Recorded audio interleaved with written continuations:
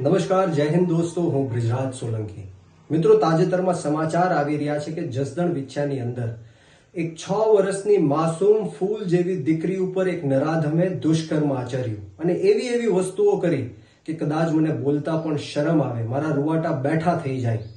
જસદણ વિછ્યાની અંદર અવારનવાર આવા દુષ્કર્મોના બનાવો બનતા હોય છે, હત્યાના બનાવ બનતા હોય છે, લૂંટના બનાવ બનતા હોય છે. તાજેતરમાં 4-5 દિવસ પહેલા જસદણ વિછ્યાની અંદર અંદાજિત 2 કરોડ કરતા પણ વધારે રૂપિયાનો ઇંગ્લિશ દારૂ ઝડપાયો. 1100 પેટી ઇંગ્લિશ દારૂની ઝડપાઈ.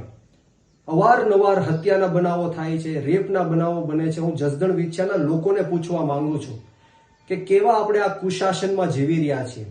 આ નરાધમો, આ આરોપીઓ, આ બુટલેગરો ખુલ્લેઆમ બેફામ એટલા માટે ફરી રહ્યા છે, ગુનાઓ કરી રહ્યા છે કારણ કે એમને ખબર છે કે આ પોલીસ જે ભ્રષ્ટાચારી ભારતીય જનતા પાર્ટીના ઈશારે ચાલી રહી છે એ એમનું કાંઈ જ બગાડી નથી શકવાની. એટલા માટે આવા બનાવો અવારનવાર જસદણ વિછ્યાની અંદર બને છે.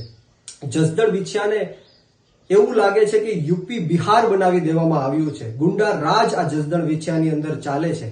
હમણાં જસદણની બાજુમાં બોટાદની હું વાત કરું તો 14 વર્ષની દીકરીએ એક બાળકને જન્મ આપ્યો અને ત્યારે ખબર પડી કે એક 70 વર્ષના નરાધમે એની ઉપર દુષ્કર્મ આચર્યું હતું.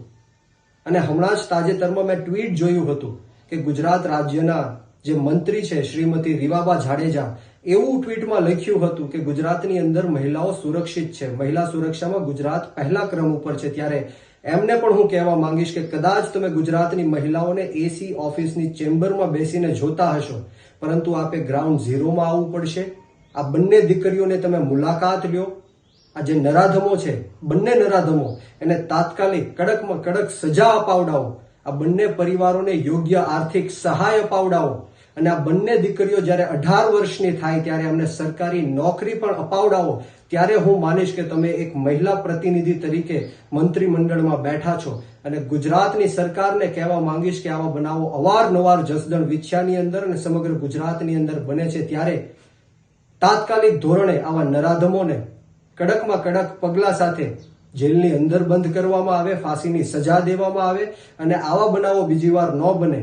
ત્યારે હું આપ સૌને વિનંતી કરું છું કે તાત્કાલિક ધોરણાની યોગ્ય તપાસ થવી જોઈએ, એસઆઈટીની રચના થવી જોઈએ અને કડકમાં કડક આ નરાધમોને સજા પણ મળવી જોઈએ.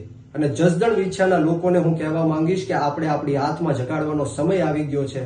આ દીકરીની જગ્યાએ કદાચ આપણી પણ દીકરી હોત, આ જે યુવાનોની હત્યાઓ થઈ રહી છે એ યુવાનો આપણા પણ પરિવારના હોત, ત્યારે આપણે સૌએ સાથે મળીને આ ભ્રષ્ટાચારી ભારતીય જનતા પાર્ટીને જડબાતોડ જવાબ આપવાની જરૂર છે.